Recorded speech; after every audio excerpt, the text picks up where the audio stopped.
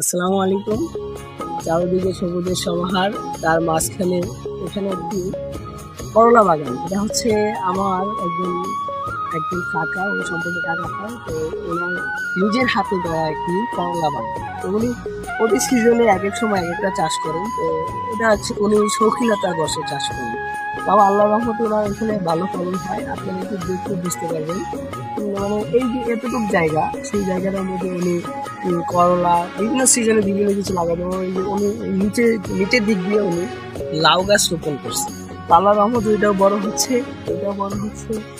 মানে মূল কথা হচ্ছে, মানুষ যখন একটি জিনিসের প্রতি অনেক আস্থা ধৈর্য নিয়ে কাজ করবে, একদিন না একদিন সে সেই সফলতাটা পাবে।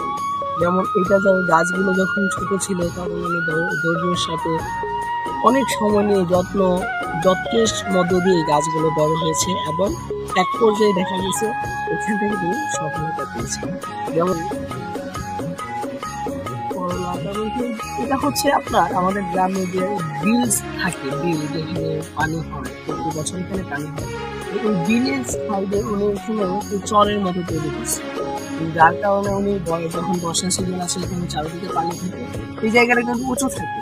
তো এই উঁচু জায়গাটাতেই তিনি এই ফসলগুলো চাষ করেন এবং আল্লাহর রহমতে উনি ভালোই সফলতা পান বা ভালো ফসল পান।